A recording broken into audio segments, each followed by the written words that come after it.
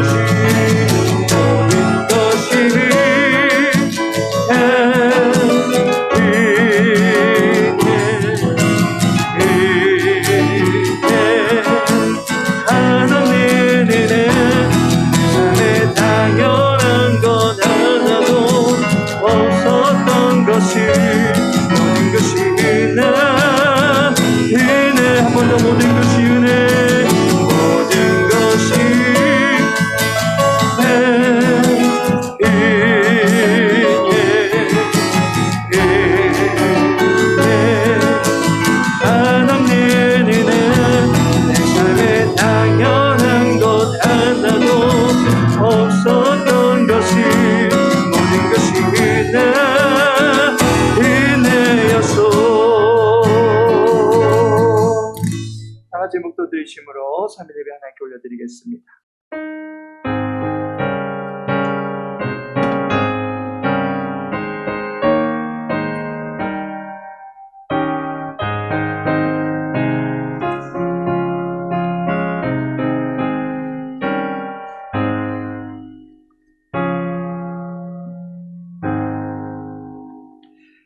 아버지 하나님, 우리의 참된 인도자가 되사 진리 안에서 참된 쉼과 부요함을 갖게 하심을 감사를 드립니다. 이 시간 여호와 하나님과 교제의 기쁨을 누리기를 소망합니다. 말씀으로 치유하시고 능력 주시는 여호와를 만날 수 있는 모든 권속들 될 수 있도록 도와주옵소서. 예수님의 이름으로 기도합니다. 아멘.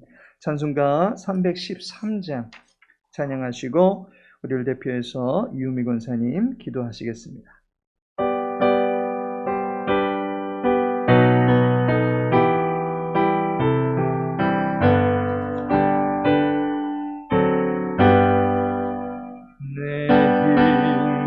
예수 내 주여 이제이니 주님 앞에 한없는 은혜 받고서 내 생명 모두 드리오니 그 풍성하신 은총을 주 내게 내려주소서. 내 임금 예수 내 주여 내 허물을 덮으시고 주 십자가에 흘리신 그 피를 믿는 마음 보사 내 중한 죄를 사하여 참 평안한 맘 주소서.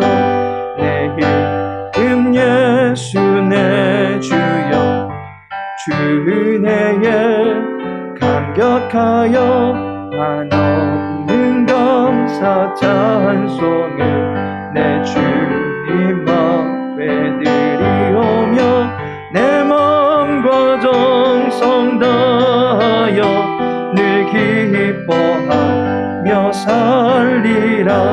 내 임금 예수 내 주여 이 마음과 이 천한 몸 그 보배 피로 값주고 주 친히 사신 것이오니 나 이제 사나주구나 주 뜻만 따라 살리라.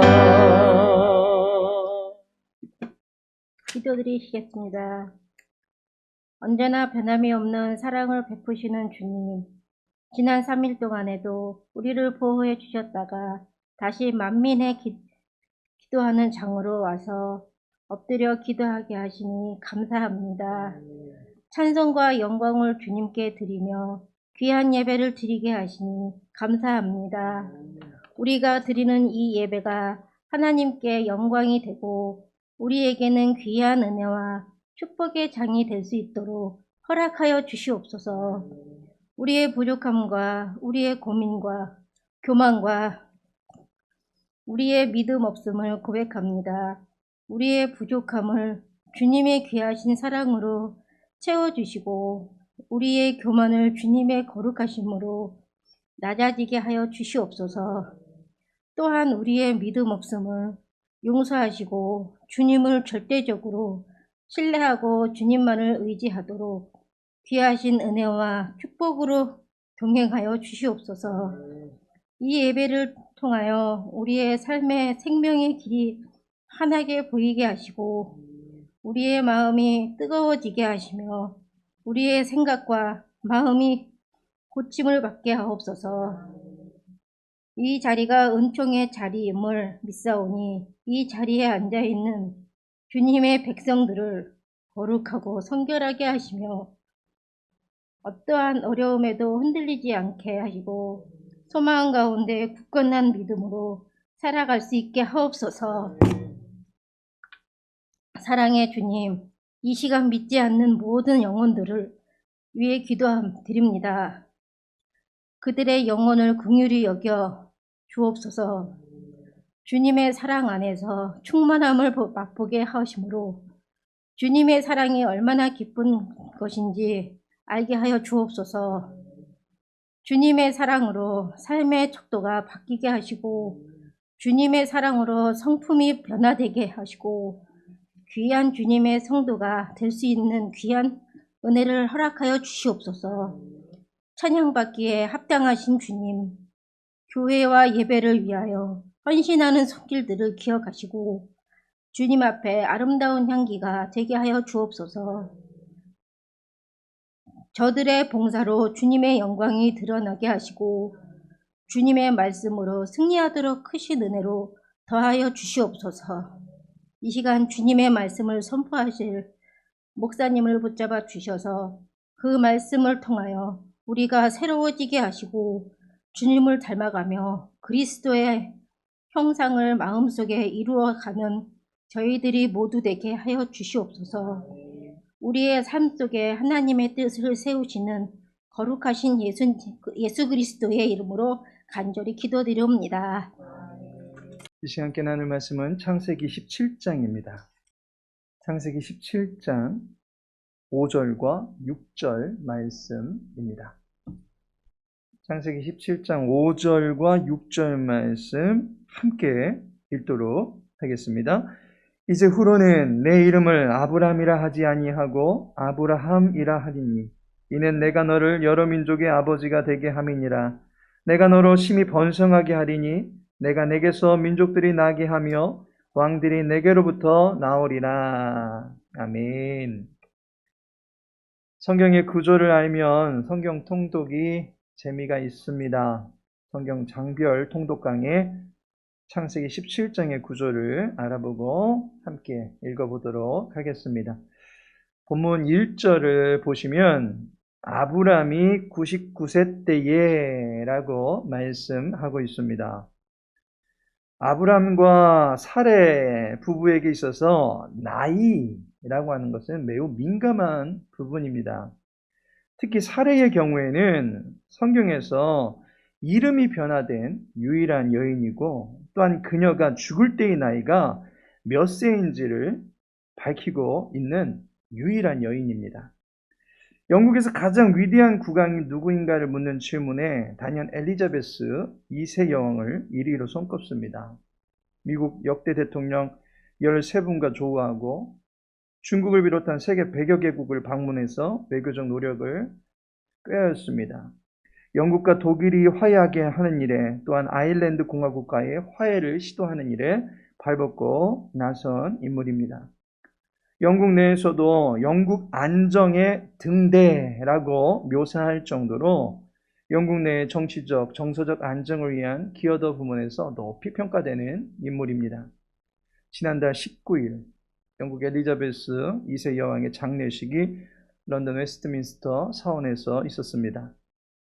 이날 웨스트민스터 궁전에 있던 빅벤, 소위 대종을 96번을 치기에 되는데 왜 96번을 쳤겠습니까? 그녀의 서거 나이가 96세임을 알리는 종소리였습니다.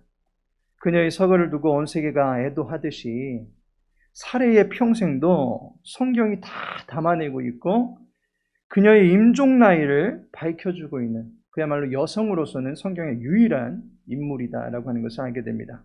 그만큼 사레를 비롯한 아브라함의 나이는 성경이 꼭 짚고 넘어가야 할 중요한 데이터이다라고 하는 것을 말해주는 것입니다.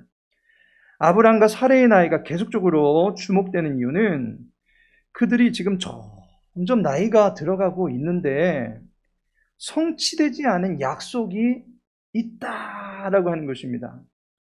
인간의 육체는 한계가 있습니다. 특히 여성의 경우에는 임신할 수 있는 적기가 있습니다. 폐경 전까지입니다. 폐경이 온 후로는 임신이 불가합니다. 성경은 그러한 여성의 몸 상태를 가리켜서 로마서 4장 19절에 말하기를 그가 백세나 되어 자기 몸이 죽은 것 같고 사라의 태가 죽은 것 같음을 알고도 믿음이 약하여지지 아니하고 라고 말하고 있습니다. 사라의 태가 닫혀버린 상태를 두고서 죽은 것 같다라고 말합니다. 여성의 신체가 생명의 기운을 뿜어내는 잉태소가 아니라 어느덧 생명의 기운은 사라진 무덤 같다라고 여겨지는 것이 폐경 이후의 노쇠한 여인의 신체의 처지입니다. 그런데 언약의 후손이 이어져 나가야만 합니다. 다시 말해서 그 가정에 출산이 있어야 한다라는 사실입니다. 그런데 사례의 나이가 점점 들어가고 있고 이미 그 한계점을 넘어서 버린 상황입니다. 성경 기자는 아브라함과 사례의 나이를 계속적으로 공개하면서 바로 이 지점을 강조하여 우리들에게 말해주고 있는 것입니다. 인간적인 모든 가능성과 기대감이 무너져버린 때이다 라고 하는 것을 강조해주기 위해서 나이를 언급하고 있는 것입니다. 그래서 본장은 앞부분과 그리고 뒷부분, 마지막 부분에 아브라함의 나이가 몇 세다라고 하는 것을 반복해서 이야기해주고 있습니다. 1절에는 아브라함이 99세 때에, 그리고 24절에 보면 아브라함이 그의 포피를 뵌 때는 99세였고 라고 말씀하고 있습니다. 그만큼 아브라함과 사라의 나이에 굉장히 많은 관심을 두고 있는 것을 보게 됩니다. 노년에 있던 이 두 사람의 처지에 성경이 관심을 두고 있습니다. 인생 거의 다 살았다고 볼 수 있는 이때에 아직 미완의 과제가, 아직 완수되지 않은 사명이 그 가정 안에 있었습니다. 하나님은 언약을 수행해 나가야 될 이 가정에 눈길을 계속해서 두고 계시는 것입니다. 과연 하나님은 이 가정에 어떤 일을 하십니까? 그것이 바로 창세기 17장의 내용입니다. 창세기 17장의 구조를 보시면 다음과 같습니다. 창세기 17장은 전능하신 하나님을 보여주는 장입니다. 인간적인 한계가 다했습니다. 실질적인 생리적 기능이 다 멈춰버렸습니다. 생명의 솟아난 가능성이 이 가정 안에서는 사라져버렸습니다.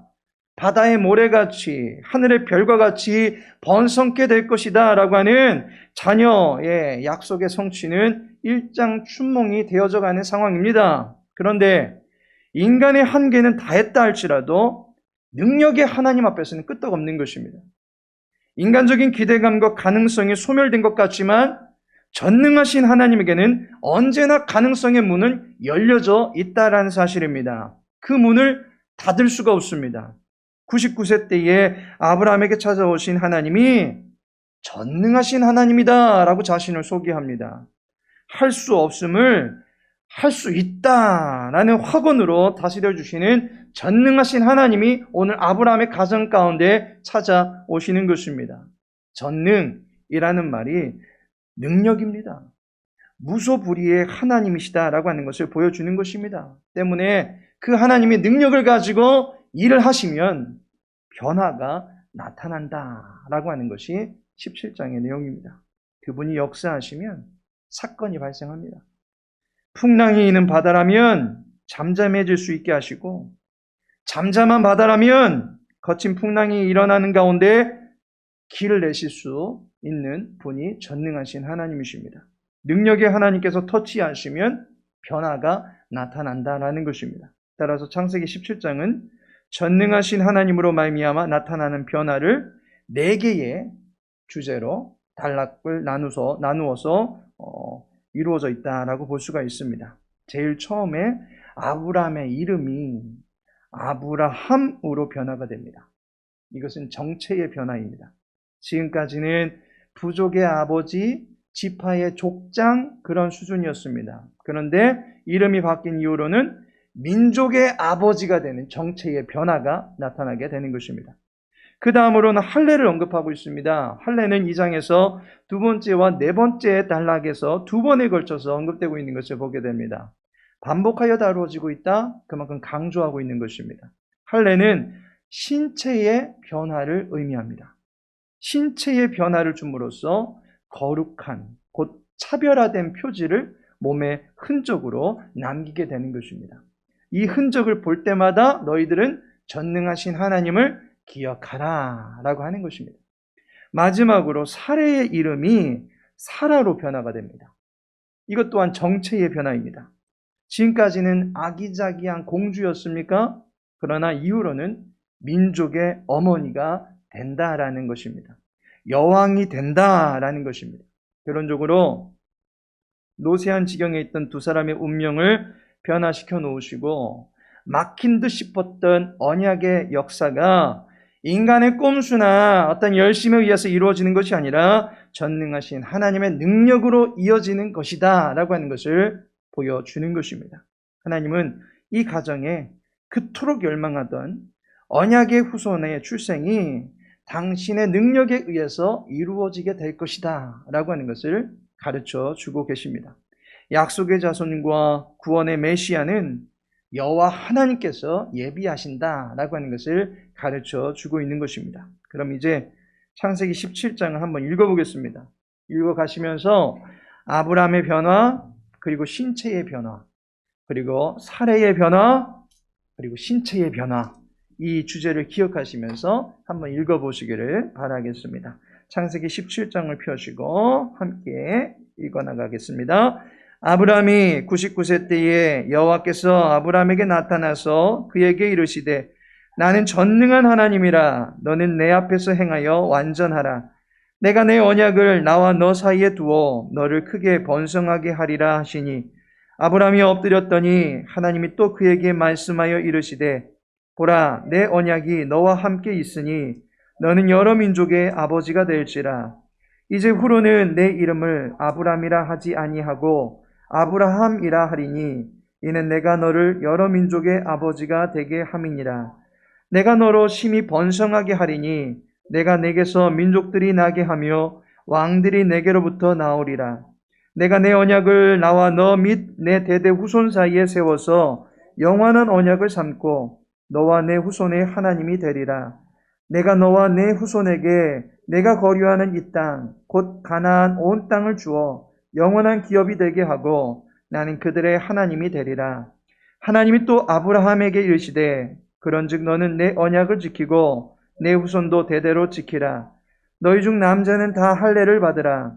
이것이 나와 너희와 너희 후손 사이에 지킬 내 언약이니라. 너희는 포피를 베어라. 이것이 나와 너희 사이의 언약의 표징이니라. 너희의 대대로 모든 남자는 집에서 난 자나 또는 너희 자손이 아니라 이방 사람에게서 돈으로 산 자를 막론하고 난 지 8일 만에 할례를 받을 것이라. 너희 집에서 난 자든지 너희 돈으로 산 자든지 할례를 받아야 하리니 이에 내 언약이 너희 살에 있어 영원한 언약이 되려니와 할례를 받지 아니한 남자 곧 그 포피를 베지 아니한 자는 백성 중에서 끊어지리니 그가 내 언약을 배반하였음이니라. 하나님이 또 아브라함에게 이르시되 내 아내 사레는 이름을 사레라 하지 말고 사라라 하라. 내가 그에게 복을 주어 그가 내게 아들을 낳아주게 하며 내가 그에게 복을 주어 그를 여러 민족의 어머니가 되게 하리니 민족의 여러 왕이 그에게서 나리라. 아브라함이 엎드려 웃으며 마음속으로 이르되 100세 된 사람이 어찌 자식을 낳을까? 사라는 90세니 어찌 출산하리요 하고 아브라함이 이에 하나님께 아뢰되 이스마엘이나 하나님 앞에 살기를 원하나이다. 하나님이 이르시되 아니라 내 아내 사라가 내게 아들을 낳으리니 너는 그 이름을 이삭이라 하라. 내가 그와 내 언약을 세우리니 그의 후손에게 영원한 언약이 되리라. 대하여는 내가 내 말을 들었나니 내가 그에게 복을 주어 그를 매우 크게 생육하고 번성하게 할지라. 그가 12두령을 낳으리니 내가 그를 큰 나라가 되게 하려니와 내 언약은 내가 내년 이 시기에 사라가 내게 낳을 이삭과 세우리라. 하나님이 아브라함과 말씀을 마치시고 그를 떠나 올라가셨더라. 이에 아브라함이 하나님이 자기에게 말씀하신 대로 이날에 그 아들 이스마엘과 집에서 태어난 모든 자와 돈으로 산 모든 자, 곧 아브라함의 집사람 중 모든 남자를 데려다가 그 포피를 베었으니 아브라함이 그의 포피를 벤 때는 99세였고 그의 아들 이스마엘이 그의 포피를 벤 때는 13세였더라. 그날에 아브라함과 그 아들 이스마엘이 할례를 받았고 그 집의 모든 남자, 곧 집에서 태어난 자와 돈으로 이방 사람에게서 사온 자가 다 그와 함께 할례를 받았더라. 아멘. 이제 창세기 17장의 내용을 구조별로 살펴보도록 하겠습니다. 1절부터 8절까지 아브라함의 정체 변화가 언급되고 있습니다. 앞선 창세기 16장의 끝을 보니까 아브람이 86세였더라 라고 말씀하고 있습니다.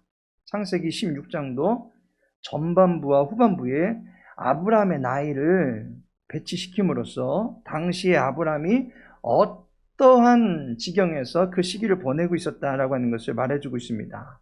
창세기 16장에 나타난 아브람의 나이는 86세입니다. 노년기입니다. 그리고 나서 창세기 17장에 들어오는데 아브람이 99세 때에 라고 말씀하고 있습니다.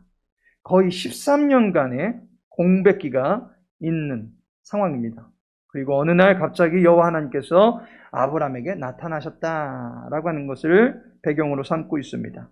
13년간 어떤 일이 있었는지는 알 수 없습니다. 다만 이 시기에 아브람의 마음이 여호와의 언약을 기억한다라기보다는 인간적인 생각에 점점 기울어져 가고 있었다라고 하는 것을 짐작할 수 있습니다.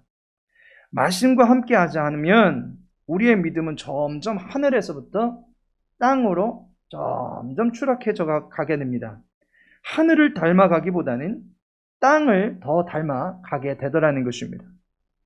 주일날 교회에 오셔서는 주여 주여 정결케 하옵소서 대속의 은혜로 여호와를 아련하고 갑니다 라고 하다가도 세상에 나가서 한 주간만 지내다 오시면 입술이 더러워지고 마음에 생각이 혼잡해져 있고 이런저런 간구의 소원들만 그저 한 뭉텅이 들고 다시금 교회로 들어오는 신세가 되지 않습니까? 아브람도 13년의 시간을 보내면서 언약보다는 지극히 인간적인 가능성에 더욱더 매여져 가고 있었다라고 하는 것입니다. 18절을 보시면 아브람이 이에 하나님께 아뢰되 이스마엘이나 하나님 앞에 살기를 원하나이다 라고 말하고 있습니다. 여호와께서 아들 낳게 하겠다라고 해주니까 아브람이 말합니다. 이스마엘이나 잘 살게 해주십시오. 제 처지의 아들은 무슨 아들입니까? 저기 하나 있는 저 자식이라도 잘 되게 해주시면 됩니다 라고 말하는 것입니다. 어느새 여호와의 말씀을 오해하고 있는 아브람의 모습을 보게 됩니다. 자기의 씨에서 날 자이지만 사실상 이스마엘은 적통이 아닙니다. 비록 그가 사레의 여종인 하갈의 몸을 통해서 난 자기의 씨에서 비롯한 자기의 자식이지만 여호와는 하갈이 아니라 사레의 몸을 통해서 나오게 되는 자손을 언약의 후손으로 계획해 두셨다는 사실입니다. 그런데 아브라함은 이제 이스마엘이 있으니까 언약의 후손은 준비된 것 아니겠느냐라고 생각했던 것입니다. 아브라함의 입장에서 보면 이스마엘의 이름은 여호와의 사자가 나타나서 하갈에게 지어줬던 것입니다. 그리고 그 아들이 앞으로 들나귀와 같이 거칠 것 없는 야성을 가지고 늠름하게 살아가게 될 것이다라고 하는 약속도 받아둔 상태입니다. 그러니 아브라함의 입장에서 그 아들이 잘 되기를 바라는 마음 갖는 것 당연한 것입니다. 그러나 그것은 당초에 여호와의 뜻에서 비롯된 출산이 아니었습니다. 그것이 여호와의 뜻이었다면 당초 사레를 애굽의 바로에서 구원해 내시지도 않으셨을 것입니다. 여호와의 마음은 사레에게 있었다라고 하는 것을 아브라함이 알지 못했던 것입니다. 그저 자기의 씨에서 나오는 후손이면 그것으로 되는 줄 알았던 것이기 때문에 앞선 창세기 16장에서도 하나님의 때를 기다리지 못하고 성급하게 후손을 보려다가 가정 불화가 생겨난 것을 보게 됩니다. 여호와 하나님께서 아브라함에게 나타나셔서 이번에는 언약을 확실하게 공지하십니다. 우선은 전에 주셨던 언약을 상기시키십니다. 시간이 오래 지났으니까 그와 그의 가문이 번성하게 하시겠다라고 하셨던 그 이전의 언약을 아브라함에게 상기시켜 줍니다. 2절에 보면 너를 크게 번성하게 하리라. 그리고 6절에 내가 너로 심히 번성하게 하리니 라고 말씀하고 있습니다. 번성이라고 하는 말로 우리는 2절과 6절에 동일하게 쓰여져 있지만 실제 쓰여진 히브리어 단어는 다릅니다. 창세기 앞부분의 용어를 빌려서 구분해 본다면 2절에 나와 있는 번성은 말 그대로 번성이고 6절에 나와 있는 번성은 생육으로 번역하면 이해하기가 쉬울 것입니다. 따라서 생육하고 번성하게 하시겠다라고 하는 약속을 상기시키고 있는 것입니다. 이 언약은 사실상 아담에게 주셨던 언약이었고 이후로 심판 후에 노아에게 다시금 주셨던 언약입니다. 생육하고 번성하라 라는 명령입니다. 비록 아브라함이 지금은 노쇠하지만 이 명령을 앞으로 수행할 수 있다라고 여호와 하나님께서는 보고 계시는 것입니다. 생육과 번성의 사명은 여호와 하나님께서 이 땅에 세우신 땅의 대리자에게, 땅의 대표자에게 주시는 사명이었습니다. 아담은 동산의 대리자였습니다. 노아는 홍수 후에 인류의 대리자였습니다. 이제 바벨 후에 우상의 땅에서 아브람을 불러내신 여호와께서 아브람을 인류의 민족의 대리자로 삼아 놓으셨다라고 하는 것을 알게 됩니다. 여호와께서 하나님의 대리자로서 아브람의 위치를 임명하시기 위해서 이제 그의 이름을 바꿔주십니다. 5절에 보면 이제 후로는 내 이름을 아브람이라 하지 아니하고 아브라함이라 하리니 이는 내가 너를 여러 민족의 아버지가 되게 함이니라 라고 말씀하고 있습니다. 아브람이 지파의 아버지에서 이제는 민족의 아버지로 그 위상이 확대된 것입니다. 더욱이 6절 말미에 보시면 왕들이 내게로부터 나오리라 라고 말씀하고 있습니다. 왕들의 조상이 된다라고 말하고 있습니다. 그렇다면 성경이 이미 왕의 출현을 예언하고 있다라고 하는 것을 알게 됩니다. 그리고 그 왕의 출현이 결코 나쁜 것이 아니다라고 하는 것을 지금 아브라함에 주시는 이 축복의 맥락에서 이해해 볼 수가 있는 것입니다. 따라서 왕을 두는 것은 결코 나쁜 것이 아닙니다. 그렇다면 왜 사무엘서에서는 왕을 두는 것에 대해서 회의적인 입장을 나타내고 있는 것입니까? 왕을 두는 것이 회의적인 것이 아니라 왕을 두려고 했던 당시의 민족들의 동기와 또 왕을 두게 되는 그 시기가 회의적이었다라고 하는 것입니다. 왕은 하나님께서 세우시는 것이고 그 대상도 하나님께서 정하시는 것입니다. 하지만 이 당시의 인생들은 자신들이 왕을 정하려 했고 그 시기도 바로 지금 우리에게 왕을 달라라고 구하니까 그것이 하나님 앞에서는 오만이 되었기 때문에 왕을 세우는 것에 대해서 회의적으로 그 모습을 보여주셨던 것입니다. 사실상 예수님도 왕이십니다. 구원의 주이십니다. 하지만 예수님은 자기가 높아질 때를 스스로 취하지 아니하고 자신은 낮아졌고 오직 하나님의 뜻을 이루는 일에만 전심전력하셨습니다. 결국 빌립보서 2장 9절과 10절에 보면 이러므로 하나님이 그를 지극히 높여 모든 이름 위에 뛰어난 이름을 주사 하늘에 있는 자들과 땅에 있는 자들과 땅 아래에 있는 자들로 모든 무릎을 예수의 이름에 꿇게 하시고 라고 말씀하고 있는 것을 보게 됩니다. 결국 여호와께서 왕을 세우시는 것입니다. 여호와께서 세우신 참된 왕이 예수님이시다라고 하는 것을 보여줍니다. 이와 같이 아브람은 왕의 계보를 잇게 되는 조상이 될 것이다. 민족의 아버지가 될 것이다 라고 말씀하시면서 그의 이름을 바꿔주시며 그의 사명을 임명하시는 것입니다. 두 번째로는 9절부터 14절까지 보면 신체 변화를 하나님께서 말씀하십니다. 어떤 변화입니까? 11절에 보면 너희는 포피를 베어라. 이것이 나와 너희 사이의 언약의 표징이니라 라고 말씀합니다. 할례를 시행하라 라는 것입니다. 당시 고대 근동에서 할례는 일반적으로 시행되던 하나의 풍습이었습니다. 할례를 행하는 여러 가지 요인들이 있습니다. 위생적인 요인도 있고 사회적인 요인도 있고 또한 종교적인 이유도 있습니다. 그런데 여호와 하나님께서는 이때 명한 할례를 표징으로서의 기능을 하게 하셨습니다. 언약을 기억하게 하는 표징입니다. 나는 하나님과 언약을 맺은 사이입니다 라고 하는 것을 보여주는 시각적 증거이고 성스러운 상처를 할례로 남기라고 명하신 것입니다. 우리가 여기서 유념해야 될 사실은 여호와와 언약을 맺은 후에 그 증표로 할례를 행하라 라고 한 것입니다.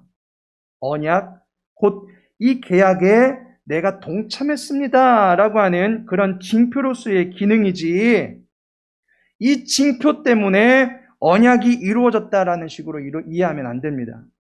언약이 있은 후에 할례가 있어졌다라고 하는 것을 말하고 있습니다. 다시 말하면 언약을 늘 기억하라는 것입니다.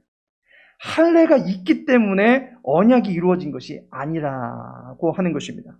이게 왜 중요한 문제냐면, 신약에 와서 유대인들이 하나님의 백성 되는 자격과 할례를 연관시켜버립니다. 그래서 할례가 있어야만 하나님의 백성이 된다라고 가르치는 것입니다. 그러나 하나님의 백성이 되었기 때문에 그 징표로 할례를 행하는 것이지, 할례를 했다고 해서 하나님의 백성이 되는 게 아니다라고 하는 그러한 차이가 있는 것입니다. 이것을 좀 더 깊이 들어가 보면, 예수님을 믿었으니까 세례를 하는 거지, 세례 받는다고 무조건 예수 믿는 것은 아니다라고 하는 것입니다. 세례 받는 행위가 우리의 구원을 보증해 주는 것이 아니라 예수님을 믿어야만 우리의 구원이 이루어진다라고 하는 것입니다. 때문에 세례는 어찌 보면 해도 그만, 안 해도 그만인 것입니다. 예수님 믿는 것, 그것이 제일 된 것이고, 그것이 우선된 것이고, 언약을 맺는 것이 우선된 것이고, 그것이 더 명확한 것이다 라고 하는 그 순서를 우리들이 혼돈하면 안 될 것이다 라고 여겨집니다. 세 번째로는 사례의 정체 변화가 이루어집니다. 앞서서 아브라함의 이름이 변화된 것처럼 여호와께서 이번에는 사례의 이름을 변화시켜 주십니다. 15절을 보시면 하나님이 또 아브라함에게 이르시되 네 아내 사례는 이름을 사례라 하지 말고 사라라 하라 라고 말씀하고 있습니다. 사례는 공주라는 의미를 담고 있습니다. 그리고 사라는 여왕이라고 하는 의미를 담고 있습니다. 따라서 공주에서 여왕으로 바뀐 것입니다. 아브라함의 이름이 바뀐과 함께 사라의 이름도 바뀌어졌다라고 하는 것은 앞으로 이 여호와의 나라, 하나님의 나라의 이 왕실을 누가 이어간다는 뜻입니까? 하갈이 아니라 사레가 이어가게 된다라는 것입니다. 사레, 이제는 사라의 몸을 통해서 출생하게 되는 그 아들을 언약의 자손으로 이어가게 하시겠다라고 19절에 분명하게 말씀해주고 있습니다. 사레도 남편과 한 몸을 이루고 이제 그 몸에 합당한 자격, 신분을 갖출 수 있도록 여호와 하나님께서 그의 정체를 변화시켜 주시는 것입니다.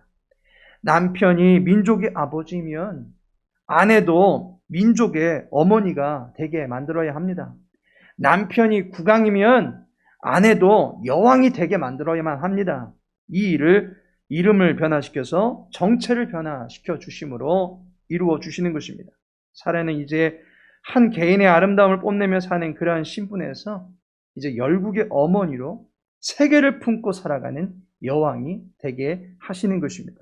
마지막으로 신체 변화가 한 번 더 나오는데, 여기서는 앞서서 신체 변화는 그렇게 하라라고 명령하셨다면 이 마지막의 신체 변화는 그렇게 합니다, 그렇게 했습니다, 순종하는 그런 모습을 나타내고 있습니다. 그래서 27절에 보시면 그 집의 모든 남자 곧 집에서 태어난 자와 돈으로 이방 사람에게서 사온 자가 다 그와 함께 할례를 받았더라 라고 하면서 본문을 마치고 있습니다. 앞서서는 할례를 행하라 라고 하셨다면 마지막에서는 할례를 받았더라 라고 해서 이 할례에 대한 내용이 마무리 짓게 됩니다. 이상으로 창세기 17장의 내용을 살펴보았는데, 여러분들과 이 17장의 내용을 정리하면서 두 가지 교훈을 나누고자 합니다. 그 첫 번째는 하나님은 우리를 말씀을 통해서 변화시켜 주신다라고 하는 것을 알게 됩니다. 전능하신 하나님께서 나타나셔서 그의 능력을 펼치실 때 기이한 일이 나타날 수 있습니다.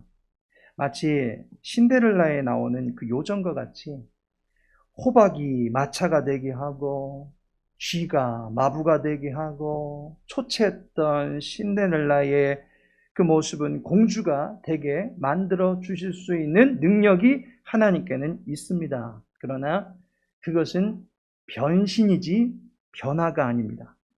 변신은 변장을 하는 것 뿐입니다. 가면을 쓰는 것 뿐입니다. 가면 뒤의 사람은 그대로입니다. 하지만 하나님은 우리가 변신하거나 변장하는 것이 아니라 변화되기를 원하신다라는 것입니다. 아브라함을 아브라함으로, 사례를 사라로 변화시켜 주십니다. 그 순간 아브라함의 모습을 보면 젊어졌습니까? 그의 얼굴에 주름이 쫙 펴졌습니까? 그런 변화가 아닙니다. 말씀을 그 안에 이제 확신으로 받아들이게 하셨다라고 하는 것입니다.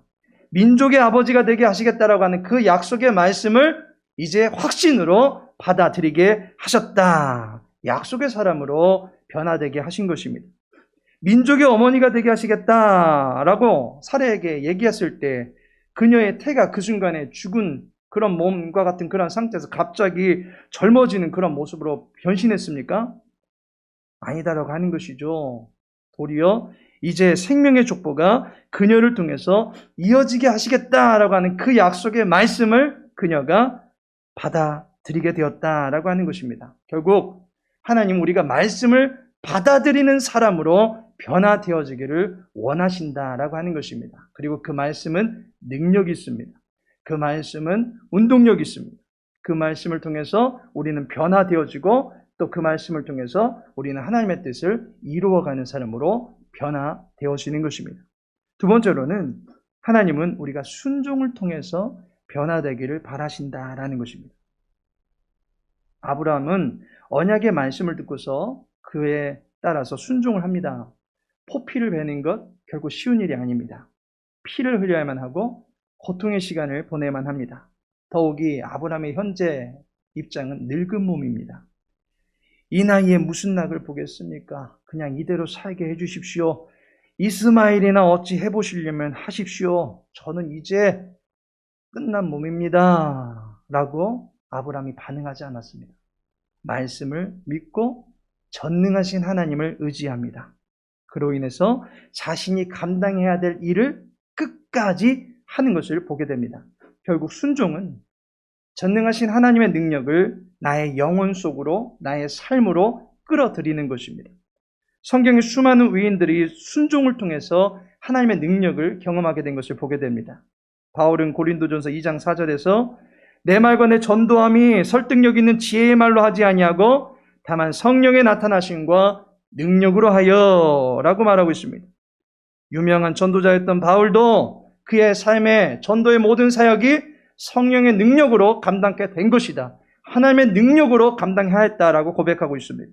베드로전서 4장 11절에 보니까 만일 누가 말하려면 하나님의 말씀을 하는 것 같이 하고 누가 봉사하려면 하나님이 공급하시는 힘으로 하는 것 같이 하라라고 말씀하고 있습니다. 3,000명을 회심시켰던 베드로 역시도 하나님께서 말씀하시는 것처럼 말을 하게 되니까 만인들이 회개하고 하나님께로 돌아오게 되는 역사가 벌어졌습니다. 순종은 내 안에 하나님의 능력이 임하게 만드는 것이고 그 능력을 드러내게 하는 것입니다. 기쁨으로 순종할 때 우리의 삶에 생육과 번성의 축복들이 넘쳐나게 될 것입니다. 그러나 억지로 하는 순종일지라도 그것이 그 가문을 번성케 하는 복으로 임하게 된다라고 하는 것을 예수님의 십자가를 지었던 구레네 시몬의 이야기를 통해서 알게 됩니다. 결국 순종은 하나님의 능력을 체험하는 순간이고 능력의 하나님과 동행하는 순간이 되는 것입니다. 창세기 17장 1절에도 말합니다. 아브라함이 99세 때에 여호와께서 아브라함에게 나타나서 그에게 이르시되 나는 전능한 하나님이라 너는 내 앞에서 행하여 완전하라 라고 말씀하고 있습니다. 나이가 들어도 가능성이 없어 보여도 모든 기대감이 사라졌다 할지라도 순종해야 될 것이 있다면 순종하며 나아갈 때에 하나님의 능력을 경험하는 기쁨과 은혜가 우리에게 임하게 될 줄로 믿습니다. 바라기는 저 여러분의 심령에 말씀이 새겨져서 말씀이 받아들여지는 거룩한 변화가 일어나기를 소망하고 더 나아가서 그 말씀을 따라 순종함으로써 전능하신 하나님의 능력을 온몸으로 체험하고 살아가는 귀한 능력들을 경험하며 살아가는 주의 백성들 되시기를 예수님의 이름으로 축복합니다. 우리 시간에는 말씀 붙들고 함께 기도하겠습니다. 세 가지 기도 제목 드리겠습니다. 우리는 한계가 있지만 하나님은 전능하십니다. 하나님의 능력으로 우리를 변화시켜 주옵소서. 우리의 속사람을 강건케 하시고 육체와 범사에 간구하는 모든 일들 위에 하나님의 귀한 능력들이 펼쳐지게 하옵소서 기도하시고, 두 번째로 우리의 정체를 그리스도인으로 변화시켜 주신 하나님, 민족의 제사장으로 살아갈 수 있게 하시고 만민을 위하여 기도하는 기도의 어머니가 될 수 있게 해달라고 기도하시기 바랍니다.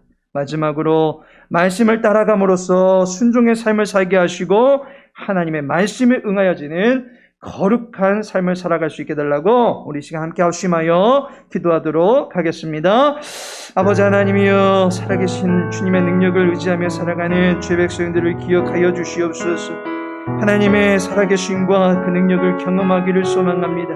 멀리 계신 하나님이 아니라 나의 하나님으로 만날 수 있게 하여 주시옵시고, 그 하나님의 약속의 말씀이 우리 안에 새겨지게 하여 주시어서 말씀을 따라 살아갈 때마다 하나님의 기쁨이 되어줄 수 있는 복된 백성들 되어줄 수 있도록 도와주옵소서.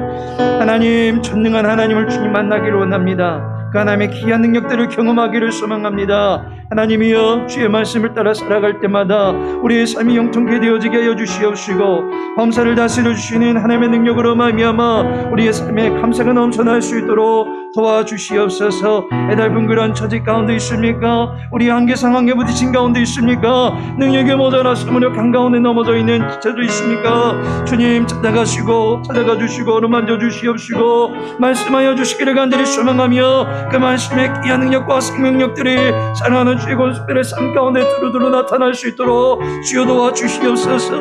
일어나게 해주시옵소서. 쉽게 되어지게 해주옵소서. 회복게 되어지게 해주시옵시고, 하나님의 나라를 일고 갈 수 있는 엔제사장을 다 되어줄 수 있도록 주여 도와주시기를 간절히 소망합니다. 모든 권속들을 주님의 이름으로 축복하며 기도할 수 있는 종들이 되어지게 해주시옵시고, 아버지 말씀을 따라 살아갈 때마다 그 말씀의 귀한 능력들을 만인들 앞에 증거할 수 있도록 도와주시옵소서. 하나님을 전시하기를 소망합니다. 하나님의 영광을 드러내기를 소망합니다. 하나님을 나타내는 일들 가운데 우리 삶이 쓰여지기를 소망합니다. 아버지 하나님, 우리의 모든 삶을 들어 주장하여 주시옵소서. 연약함 중에 있다 할지라도 아버지 하나님의 강하심이 드러나게 하시고, 무지함과 무력함 가운데 있다 할지라도 우리의 능력이 되시는 여호와 하나님의 지혜가 드러나는 복된 인생을 다 드릴 수 있도록 도와주옵소서. 노년에 계신다 할지라도 아버지께서 들어쓰시면 귀한 일들을 읽어갈 줄로 믿습니다. 사랑하는 주의 종들의 입술의 모든 말들 주님께서 들어응답하여 주시옵소서. 하늘을 향하여 부르짖고 애원하며 간가고 주님 앞에 소원하는 모든 소원들 들어응답하여 주시옵소서. 그러하며 저들은 노년에도 하나님께 사랑하시고 동행하신다는 사실을 깨달을 수 있도록 도와주시옵시고, 그 하나님과 동행함으로 말미암아 마음의 든든함을 갖추고 살아갈 수 있는 우리 모든 믿음의 권속들 되어질 수 있도록 도와주시옵소서. 아버지 하나님이여, 주에게 속한 모든 직분자를 기억하여 주시옵시고, 그 직분자나 하나님의 부르심 따라 능히 사명 감당해 나갈 수 있도록 도와주시옵소서. 하나님의 기쁨이 되어지게 하여 주시옵시고, 아버지의 말씀의 도를 온전히 행해 나감을 통해서 이 시대 가운데 많은 이들을 살리는 일에 쓰임받을 수 있는 말씀의 종들 다 되어줄 수 있도록 도와주시옵소서. 모든 걸 짓겠다 합니다. 전능하신 하나님, 하나님의 일하심이 우리의 절망과 좌절을 깨트려 주실 줄로 믿습니다. 여호와 하나님만을 신뢰하며 나가기를 원합니다. 주님, 우리의 믿음 없음을 긍휼히 여겨 주시옵시고, 다시금 하나님의 사람으로 굳건하게 설 수 있도록 우리를 변화시켜 주시옵소서. 말씀의 능력을 갖게 하시고 말씀에 따라 순종하며 나아감으로써 하나님 앞에서, 세상 앞에서 부끄러움 없이 살아갈 수 있도록 도와주시옵소서. 하나님이 공급하시는 힘과 능력으로 맡겨진 모든 일들을 감당해 나가기를 소망하오니 주여 우리를 다스려 주시옵시고 주의 교회 거룩한 기둥들로 세워주시옵소서. 말씀에 반응하며 살기를 원합니다. 말씀의 능력을 경험하기를 원합니다. 이 시간 주 앞에 드린 우리의 기도 가운데 주의 응답을 펼쳐주시옵시고 전능하신 하나님의 놀라우신 능력과 사랑을 경험하며 살아갈 수 있는 모든 권속들 되어줄 수 있도록 축복하여 주시옵소서. 우리의 모든 것이 되신 주님만을 날마다 사모하며 예수님의 이름으로 기도합니다. 아멘. 하늘에 계신 우리 아버지여, 이름이 거룩히 여김을 받으시오며 나라의 마오시며 뜻이 하늘에서 이룬 것 같이 땅에서도 이루어지이다. 오늘날 우리에게 일용할 양식을 주옵시고 우리가 우리에게 죄 지은 자를 사하여 준 것 같이 우리 죄를 사하여 주옵시고 우리를 시험에 들게 하지 마옵시고 다만 악에서 구하옵소서. 대개 나라와 권세와 영광이 아버지께 영원히 싸움나이다. 아멘.